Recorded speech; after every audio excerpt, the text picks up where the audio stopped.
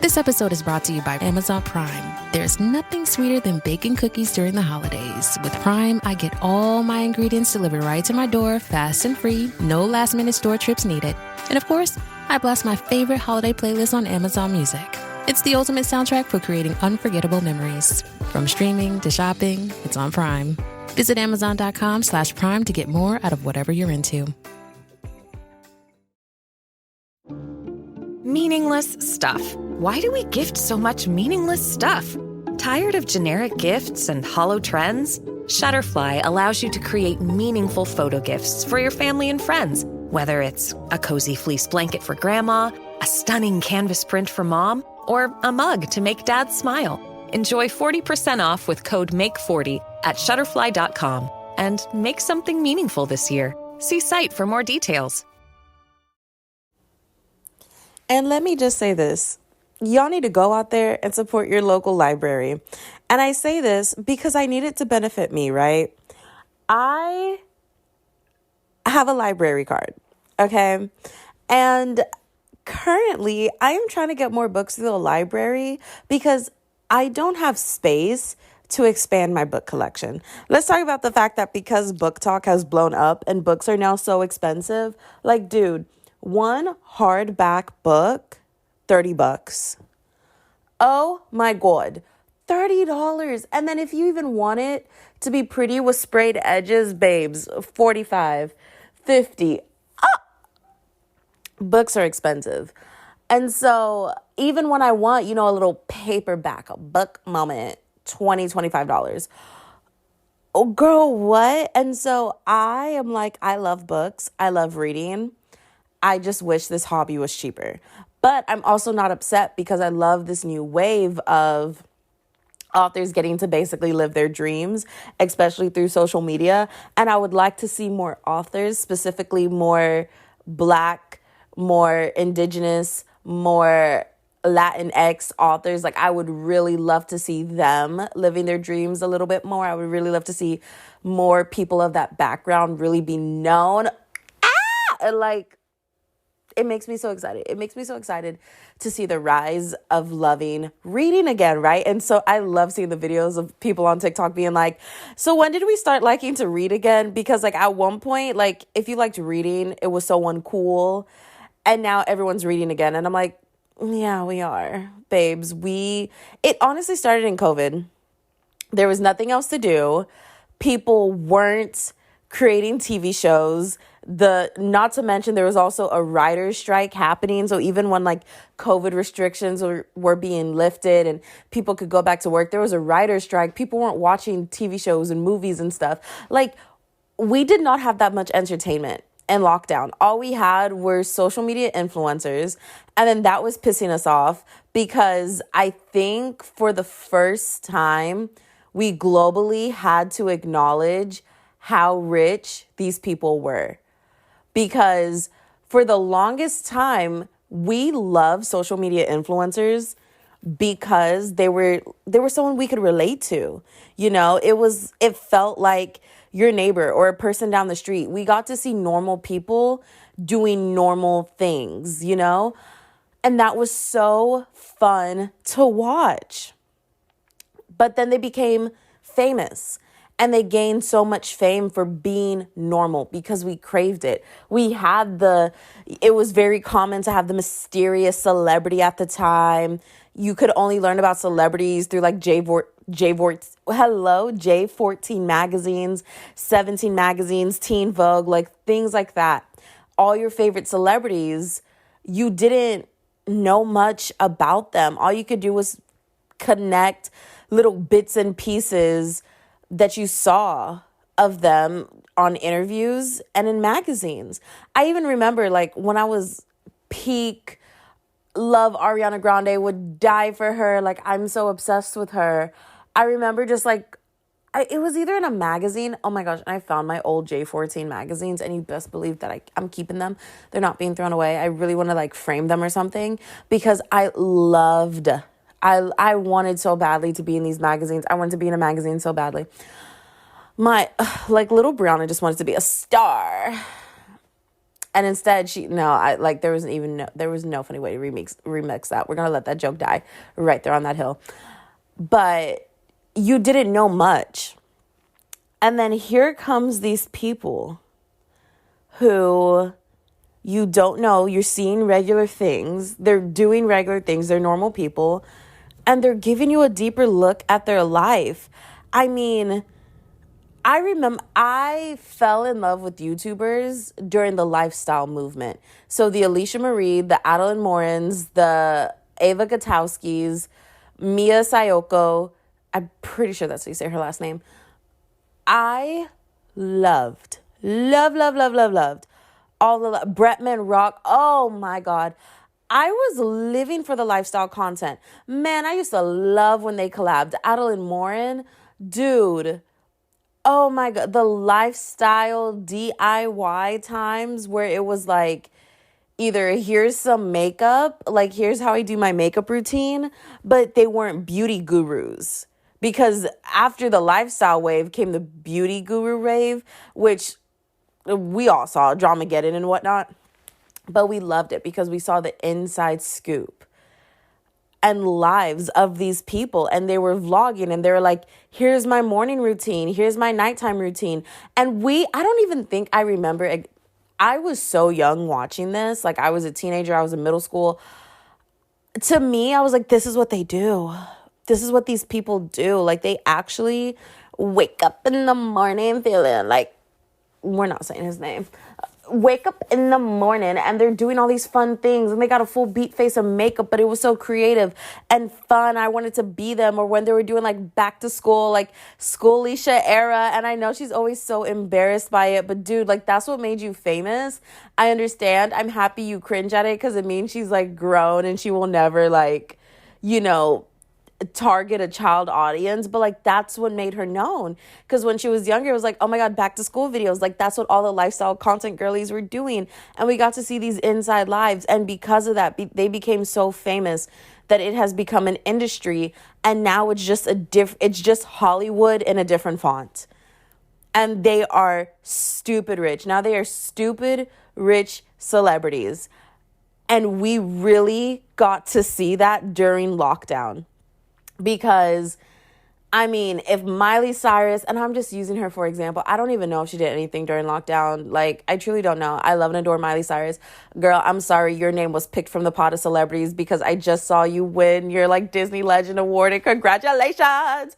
Love her. Like, I don't think she did anything during lockdown. She was just a celebrity at the top of my brain, so I'm using her for example.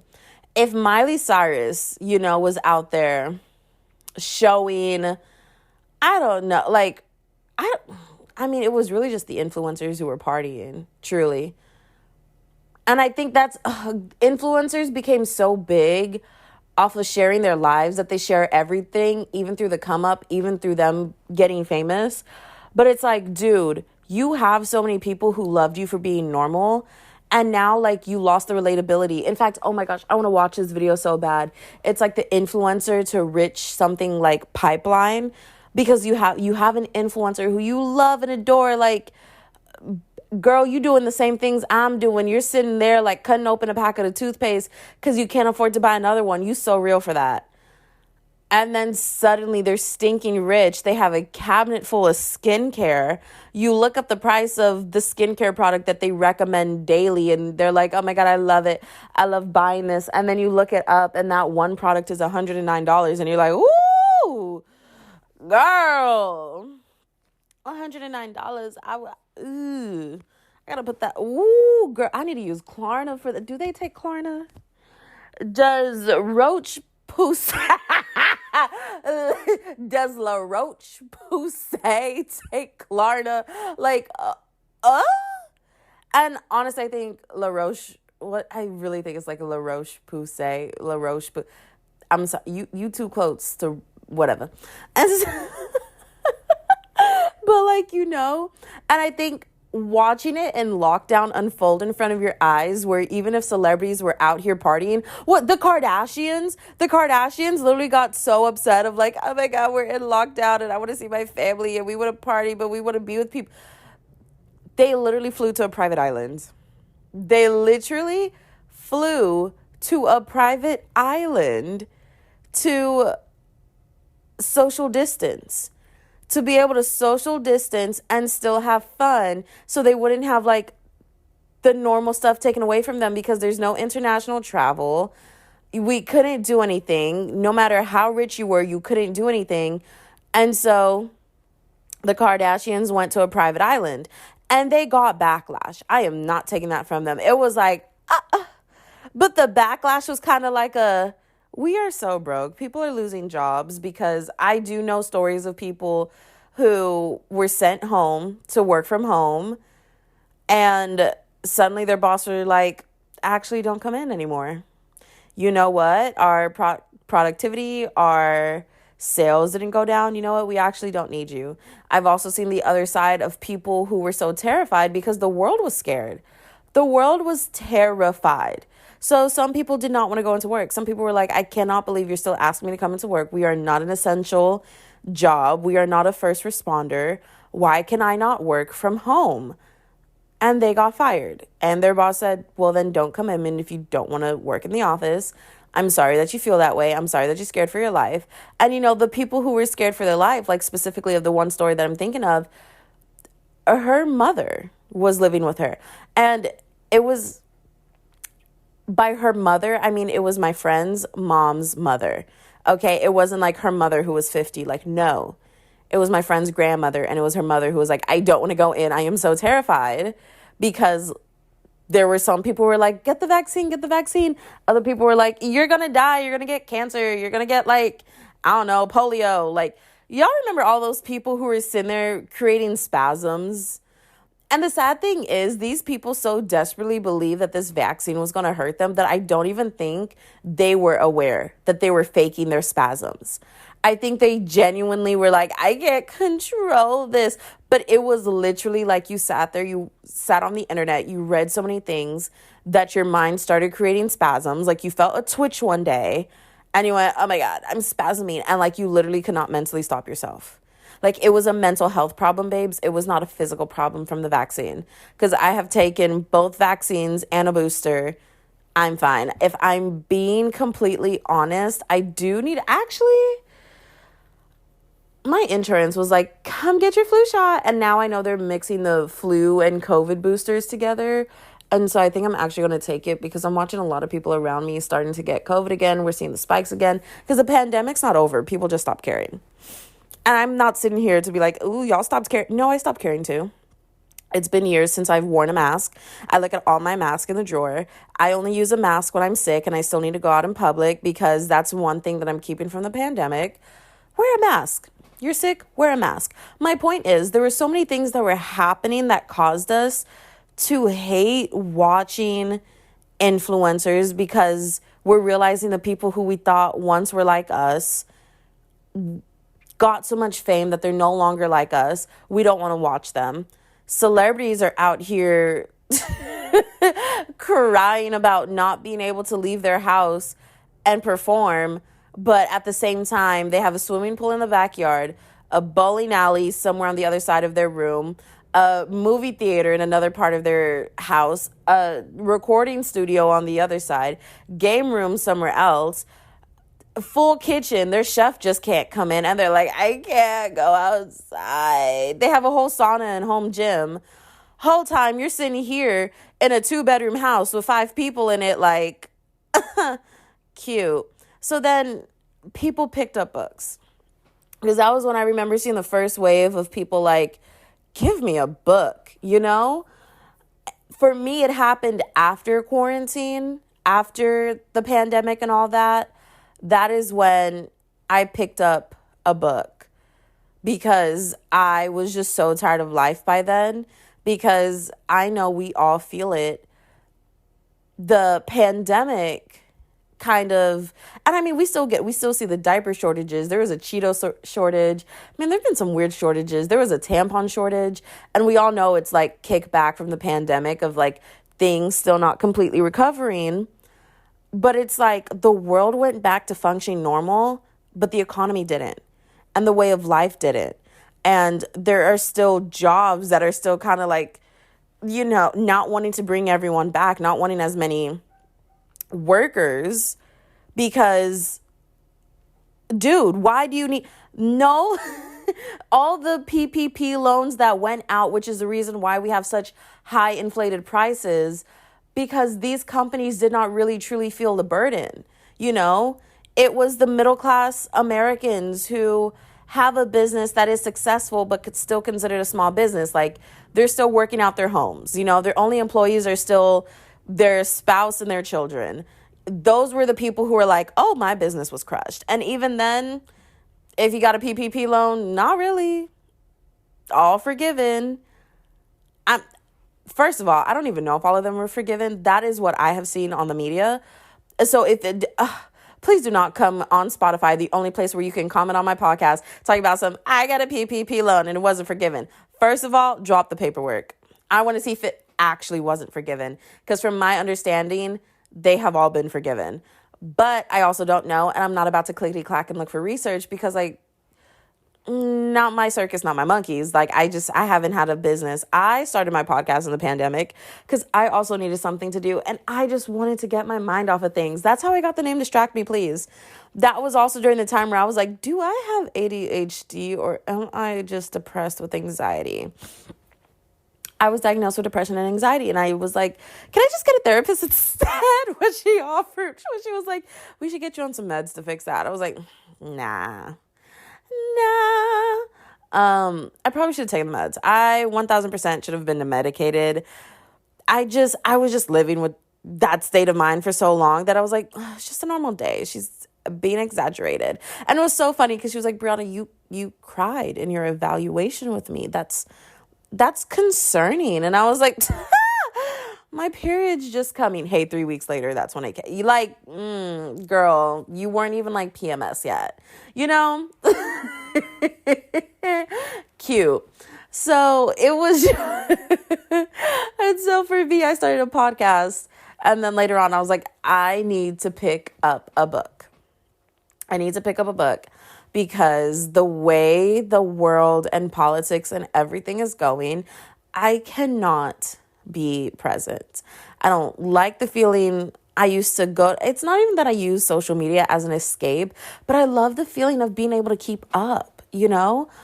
I can't do that anymore without just feeling the sense of dread that washes over me, because in my real and actual life, I am watching everyone around me. And I'm like specifically just referring to college students because that is the experience that I'm living through right now. I talk about it so much that even my friends are like, shut up. We're so sick of hearing about it. But it's like, I can't explain the feeling of going through it enough. And I'm not going to shut up. And I'm going to keep talking about it because I just spent years of my life getting a degree, and we were just graduated into a workforce that's not prepared to take an influx of graduates right now. And it's weird because the other part of it is I was also in college during COVID. I'm living through, you know, it being harder for people to get internships and jobs because the world stopped. You know, everyone was like, graduating into COVID was not any better. And I always felt like I was so lucky because I was a sophomore when lockdown happened. And it was 2019. Girl, 2019, 2020, I was sophomore turning into a junior. I was like, girl, this ain't going to affect me. Played myself that there was less opportunities for me to get work experience. Everyone's at home. No places wanted to take interns. No places wanted to do that because, like, we don't know what's happening next. We're living in unprecedented times, right? And so I was like, oh,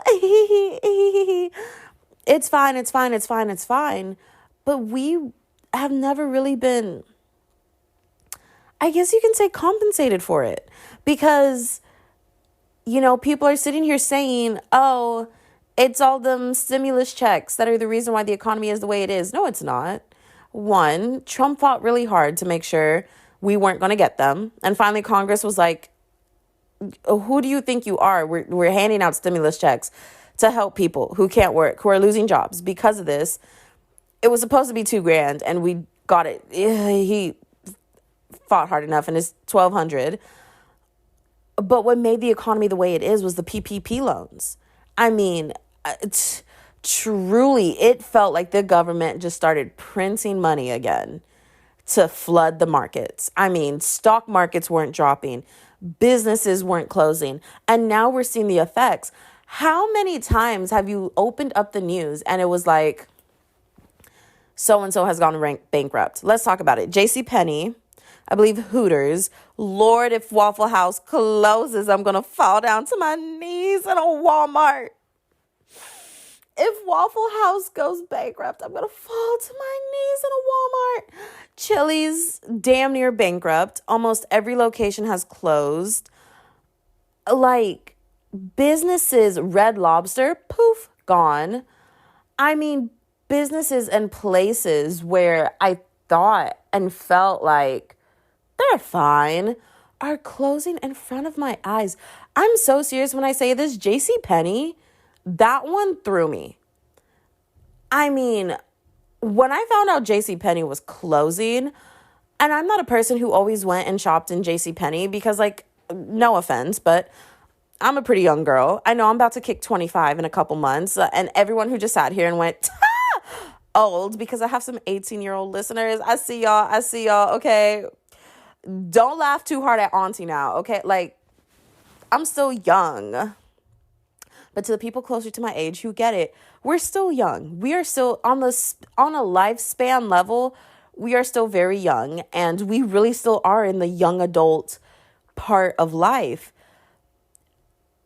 I wasn't shopping at JCPenney, but that was a place where it was like, let's go take our photo shoots, right? Let's go take our professional photo shoots. Okay, you need a formal outfit. You got a church coming up. Easter's coming up. All right, I'm going to JCPenney. You know, it was something quick to run into for me and just to get all my formal clothing. But like JCPenney was like such a big part of my life, right? And suddenly it closed and I was like, oh, okay. And I'm watching all these places just kind of shut down around me. And what I'm starting to see pop up more and more are warehouses, online stuff. You know, no one wants to go outside. It's easier. I mean, girl, I'm not walking into a mall. What do I look like? I am not walking into a mall. Not to mention the income that you need to have to be able to walk into a mall. Because I used to love doing that when I was younger. And I mean, we weren't splurging, but like the income was enough to go to like 3 stores and get an Auntie Anne's pretzel at the end of the day. Tanger outlets. Oh my God. But right now, people don't have the income to say, you need new things for school. You need new clothes for school. Let's go to the mall and let's bop from store to store to store. And we'll get a few items from the store. We might sit in the food court because we've been here for 5 hours, eat a little something, and go home. No. No. It's so much easier and cheaper to do it online. You can find your coupon codes online. You go to one website, order what you need to do. You don't have to leave your house. You're not spending gas. You're not spending money on food. Like, you're at home. It is easier and cheaper to do it online. And people talk about the ease of shopping online and doing things online, but no one talks about the costs that you save with doing things online. I mean, even down to like going to the movies, right? You are paying for an experience. You are paying for a movie ticket. Then you're going inside, and I like to sneak in a few snacks, but I also like to go up and buy at least a drink or at least a popcorn because, like, I got my sweets and my candies and my little cookie bars and all that in my purse, but let me go grab an icy or let me go grab a thing of popcorn because I also want something salty. And then you're going to go sit down and watch a movie. Or if you're shopping for clothes and you go to a store, you're walking around, you're looking, it takes some time to look. By the time you're done, you're hot, you're sweaty. It's Texas. Like, girl, you step outside your door and suddenly you're like, I need to change my shirt. I got armpit stains. I got my makeup's melting off. Like, oh my gosh, you're hot, you're sweaty. You don't want to go home and cook. Let's go out. Let's just stop for food real quick. It's easy. It's on the way. Like, we'll get it done. When you are at home online on your computer, you get to sit there and you get to watch your cart go up every time you add something to the cart. Like, if you're at a store, you pick it up, you didn't do the math in your head, and suddenly it's like, ooh, that's $200. I was only hoping to spend $150. Oh, well, slide the card. I'm not putting it back. You're at home online, just take that out the cart. I don't have a coupon code for that. Remove it. It is so much cheaper to do things online. And so with all this happening and just like watching everyone around me experience this, and then when I go on social media, because I am following, first of all, it is a highlight reel. So no one, unless you're on Twitter, because I think that's why I like Twitter so much, is like that is a place where you can go to complain. It's like, I hate my life. My husband left me. I'm jobless. I got 2 pennies left. Anyone got some spare change and some spare coochie? Love that, right? Love Twitter for that. But when you're on other social media platforms, it's a highlight reel. People are doing everything in their power to look good, right? To showcase that they're doing good, that they look good, that they're living good. This person out on social media talking about here's what to do to avoid toxic people. Whole time they just had 10 toxic relationships and they're in the middle of a situationship that's falling apart right now. You don't know any of that. You just see what you see. And then the flip side of that is the influencers, and the influencers who are also here to curate, such as these people have teams behind them to curate a certain look, a certain brand, to make them money. That is their entire job, is to sell an image. And then you get to real life and it's... From your fryer to the table, it's a quick trip for crispy fries. But how about a crosstown delivery? McCain SureCrisp fries are designed to go from fryer to container to carrier to passenger seat across town during rush hour, down a shortcut that wasn't all that short to a doorstep before they hit the table. And that first bite, the crispiness speaks for itself. To the last bite, McCain SureCrisp fries. Go the distance. See how far our fries can take your business at surecrisp.com/delivery. So, you want to be a marketer. It's easy. You just have to score a ton of leads and figure out a way to turn them all into customers. Plus, manage a dozen channels, write a million blogs, and launch 100 campaigns all at once. When that's done, simply make your socials go viral and bring in record profits. No sweat. Okay, fine. It's a lot of sweat. But with HubSpot's AI-powered marketing tools, launching benchmark-breaking campaigns is easier than ever. Get started at HubSpot.com/marketers. Well, if you want to get a good job in America, you need a degree. It's not even a joke anymore. A high school diploma does not get you anything unless you are one of the outliers who have done amazing for yourself with your high school diploma. But the economy right now, you need a bachelor's degree to even make $35,000 a year. The average salary in Texas for a bachelor's degree is $32,000 a year. That is something I literally had to Google in front of my mom when I was like, oh my gosh, this job's going to pay me $45,000 a year. I'm so excited. She was like, $45,000? Are you stupid? Are you aiming for low paying jobs? I was like, oh, sis, do you not know that that's astronomically amazing?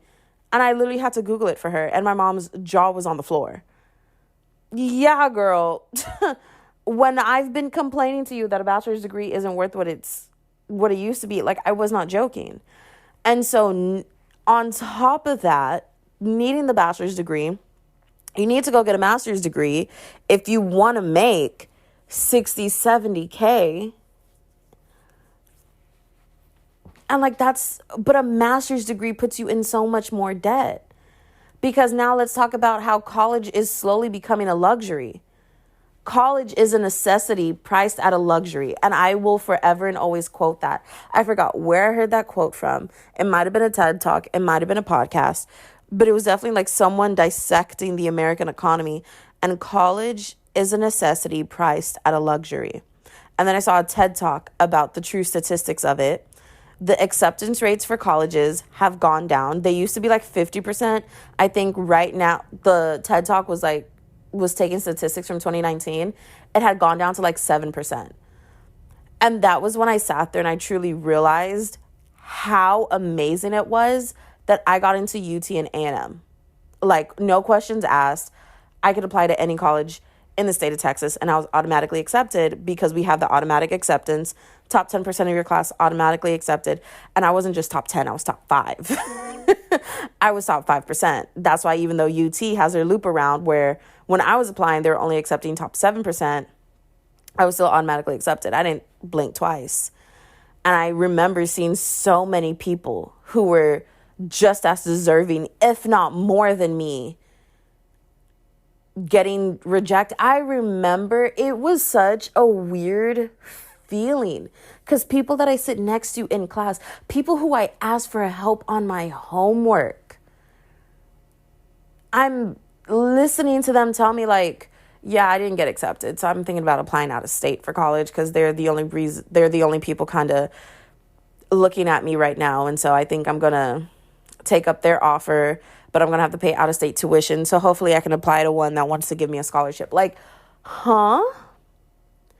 That was so weird to me. And it was simply because for me, the difference and the privilege was I started my education in a private school.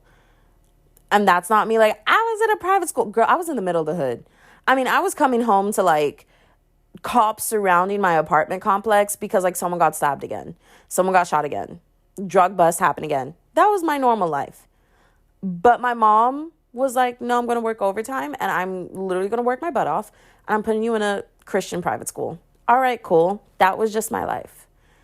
And then by third grade, they shut down and I hit the public school system. And let me just say, the private to public school pipeline, oh, that's so real. The little like preppy, like goody two shoes to like, whatever. So real. I lived it. It's kind of funny. But that private school was also a magnet school. And so there was no honors, there was no this, there was no that. There was mandatory field trips once a month. I don't actually think they were mandatory, but I mean mandatory in the way that like the school made sure we had a field trip once a month. And they weren't just like, let's go to the water park. It was, let's go to a sanctuary where they're reserving specifically this part of the land and making sure like no one cuts down these trees to reserve the habitat. And let's go study the animals and the bugs on this land because right now we're like talking about biology. Or let's go to the rodeo and we're going to sit down and we're going to sit through a demonstration of the life cycle of a chicken and like literally getting to watch like baby chicks hatch and like getting to milk an artificial cow. Or that is really how I ended up loving so much science and stuff, was because those field trips were just so fun to me. But that's what my field trips were. They were like, it was for educational purposes and I like got to have fun. And then suddenly I'm in public school and not a whisper of a field trip. When I tell you that is the definition of privilege, it was my little fourth grade self was like, y'all don't do field trips? What's wrong? What's wrong with you? Girl! Oh my God. Sometimes I'm like, no wonder why everyone hated me. Like, oh my God. In fourth grade, I was like, I don't understand why I'm so hated. Brianna, you know what? I would hate you too, girl. Because I was coming back from a school where we got field trips once a month. Everyone, it was such a small community. Everyone was friends with everyone. And here I am in a public school. Like, where's the field trips? Nobody liked me, girl. Nobody liked me. Been there, done that. Oh, well, grew up, got over it. Like, it is what it is. Okay, you know? But it was just so funny. And that, I truly believe, that small amount of time built the privilege that I got to experience, because from a very young age, I was at a fast-paced learning environment. I had to learn to keep up. By the time I got to public school, I was just ahead. I was just ahead simply from the school that I was just leaving. So then instantly they're like testing me for gifted and talented things. They're like testing me for this, that was not a part of gifted and talented. To this day, I don't understand what that means. Because I remember looking at that test being like, what the hell is this? I don't know if they just gave us IQ test or what, but that mess was stupid. Straight stupid. And I remember when they were like, oh, sorry, you don't qualify. I was like, I'm such a failure. This is so sad. It would make me, man, did I really feel the isolation, because I remember to even be a library helper in 4th grade, they only wanted gifted and talented kids. And so from a young age, they're already showing you what it felt like was if you're not smart, you're not good enough.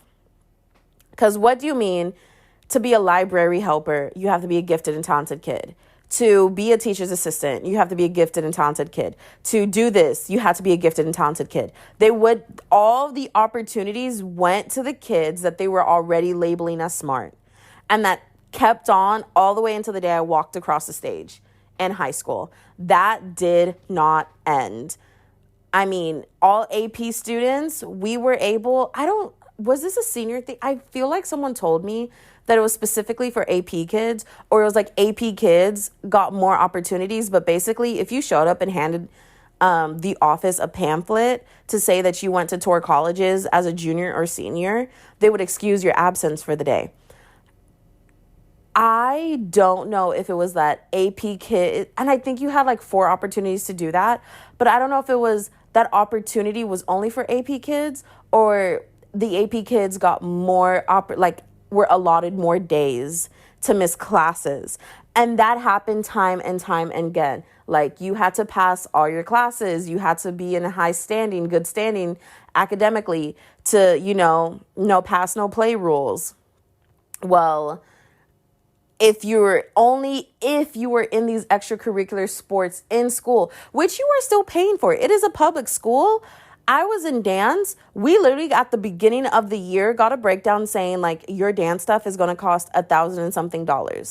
Finding out now that because I was in a high school where my high school was located, that was the cheap end.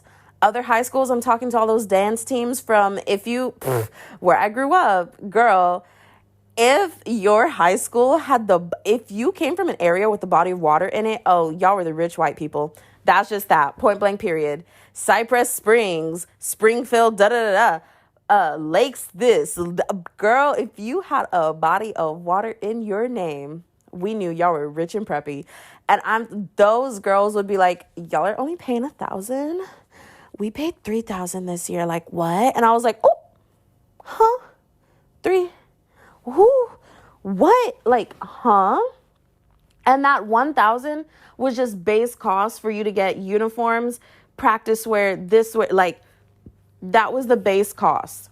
And then on top of that, to do anything with the team, like we had a Disney trip, you had to dish out another grand to go on that Disney trip.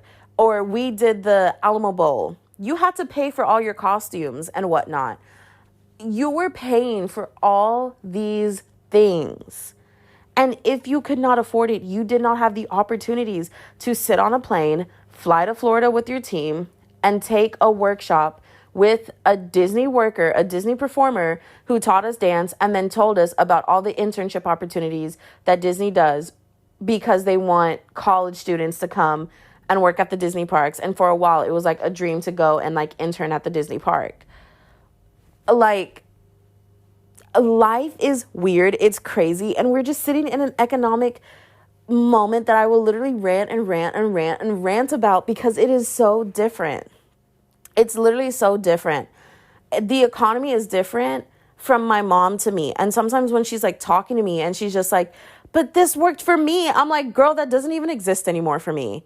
Like, for her, she's like, Brianna, go into these places, grab an application and fill them out. And I'm like, Mom, if I tell an employee I need an application, they literally tune me out and go, check online, our website, bottom of the page, click careers, apply. You don't talk to anyone when you apply anymore.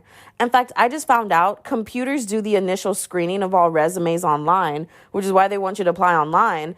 And as of right now, it's no longer like apply to this job, send in your resume. It's apply to this job, answer this questionnaire, write this essay, And then after you write this essay, add a cover letter, attach your resume for funsies, and then click send.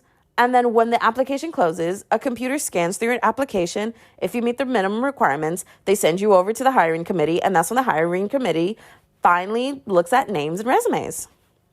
That is how that works. And my mom literally just sat at me like dumbfounded, like, so you can't talk to someone? I'm like, girl, they don't even put their emails on applications anymore. No one leaves an email. So there's no way that I can like call or email someone to like introduce myself, because now apparently there's this new thing of like they're looking at it as that's very biased. Yeah, I want you to be biased to me. And I will like talk and scream at the top of my lungs about this because it amazes me. Anyway, so I'm reading again.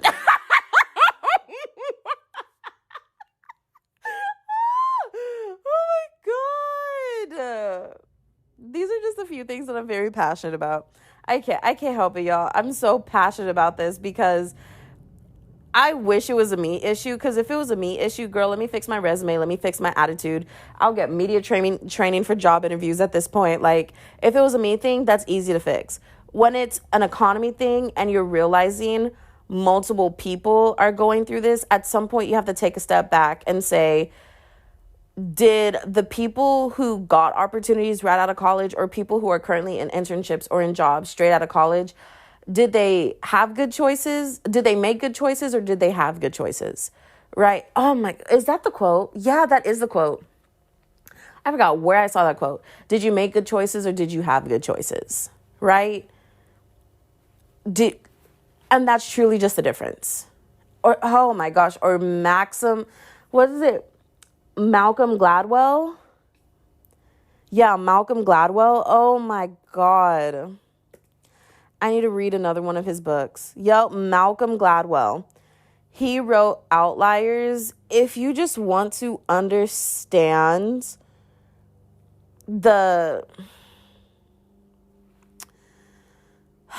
if you want to understand what the career opportunities are like in America. In fact, if you're an immigrant, if you're a person who wants to migrate to America, yeah, I hope that's proper English.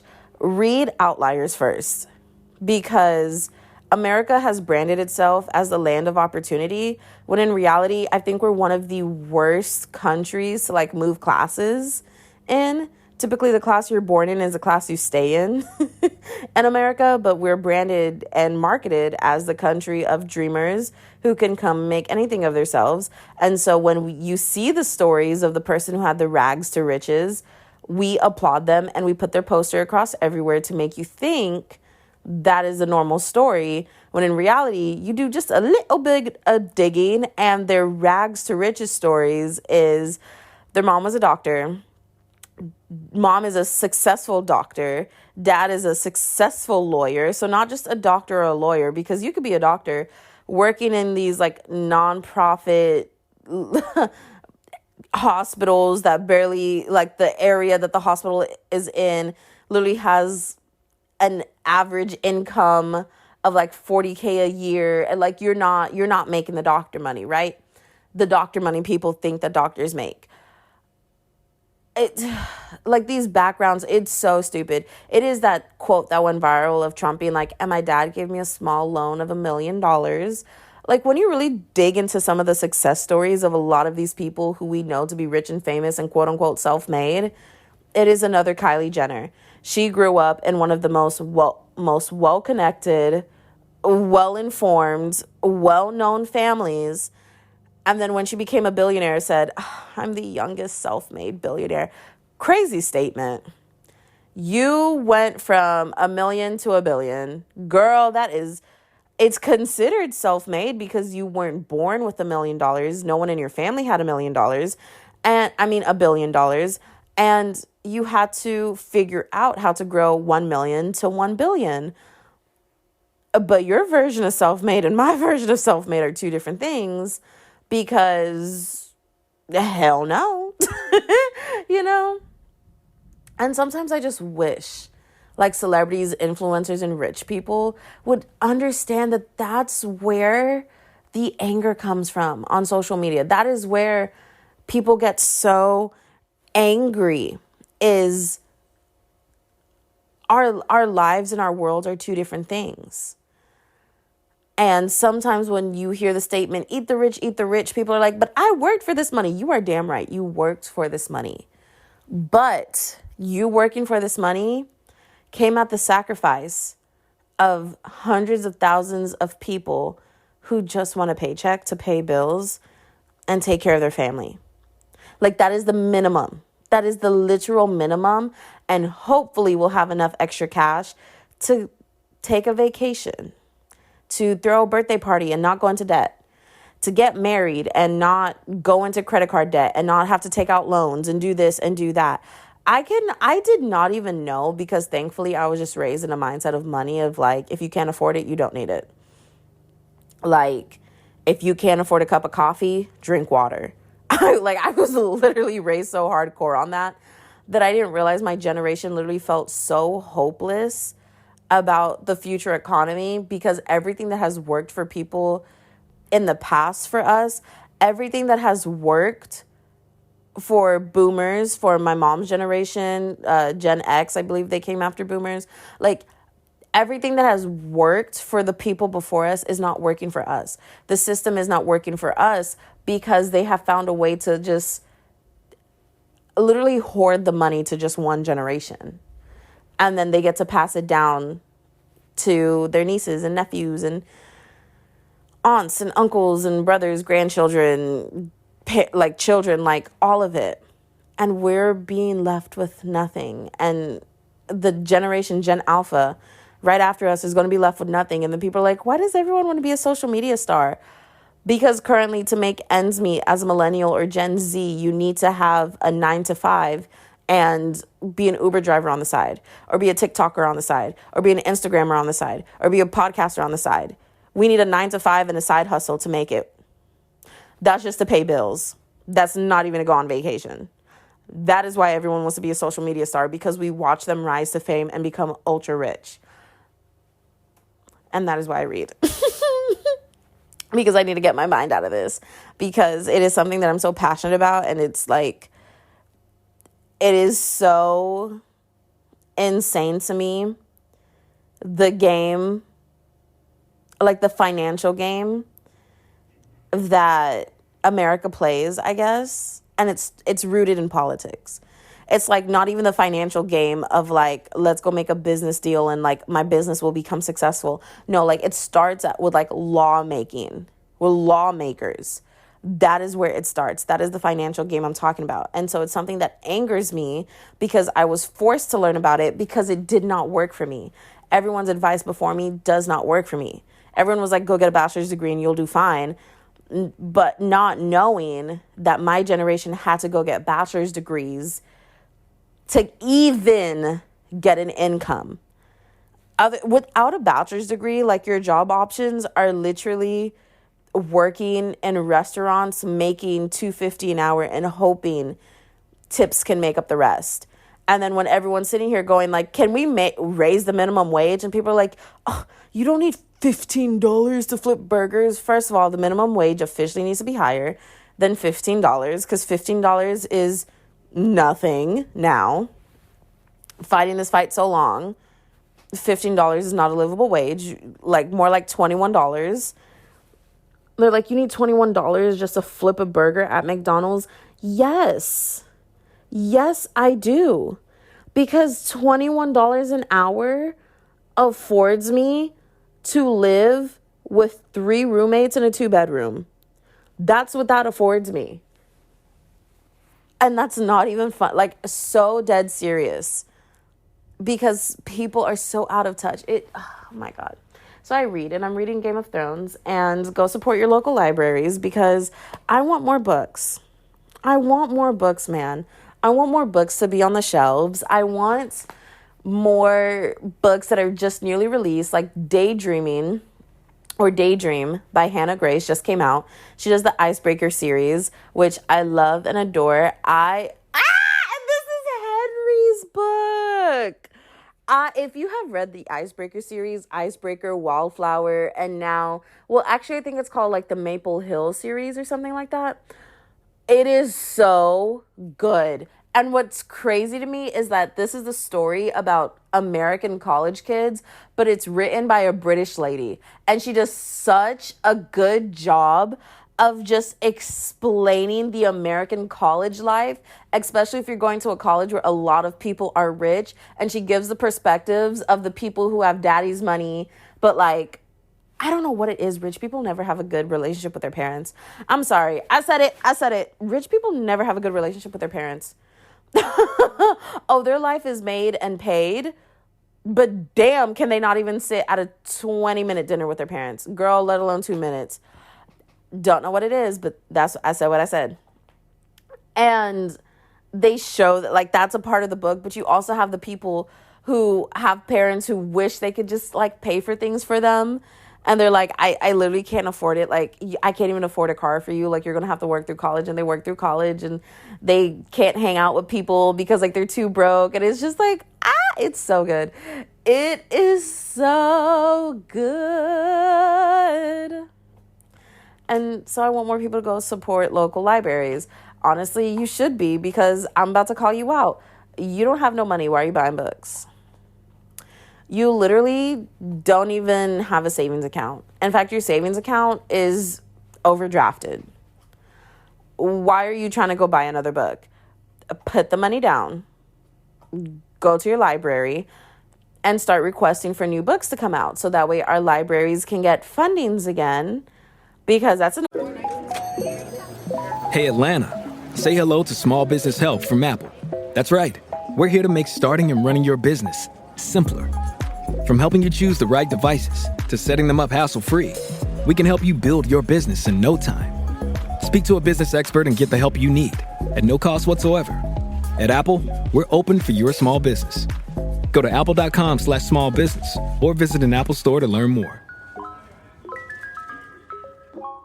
Other thing, yeah, every time they take money to do all their tax breaks and cuts or aid the military or aid somewhere, like, that money isn't just like, and let's put another zero on the paper and we'll create the money out of thin air. No, they take it. They take budget cuts. They take budget cuts from different departments, and libraries are going down. Y'all saw in New York couldn't even keep the library open on the weekends because they're so underfunded. Fund some damn libraries. I want more books. I want more spaces that are free, that I can sit down and chill out and hang and read. I want more third places in America. Your first place, your job of work. No, first place is home, your house, where do you go and relax. Second place is work. And your third place is relax and, like, have fun. And middle class is being outpriced of third places, because you walk out your door in America and you got to spend $3. That's a real fee. Every time, to all my foreign listeners, every time you open a front door in America, $3 gets taken from your bank account right away. I'm so for real. You go to your friend's house and they open that front door for you just to let you in, $3 gone. Why do you think we don't visit our friends and families?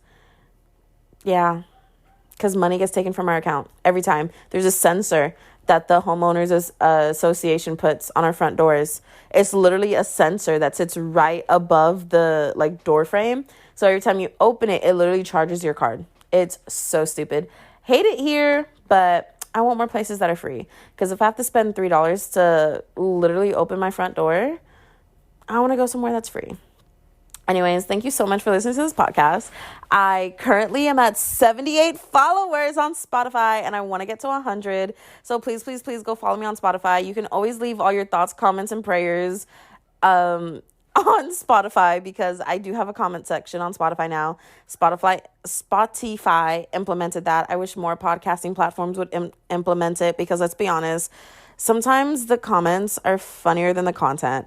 And excuse me, sorry, I might be a comedian, but nothing's funnier than one person in their room who listened to it and was like, okay, you're a comedian, but I've been a comedian for 13 years. Let's go, babes. Like, bar for bar, I'm going to ratio you. Oh my gosh.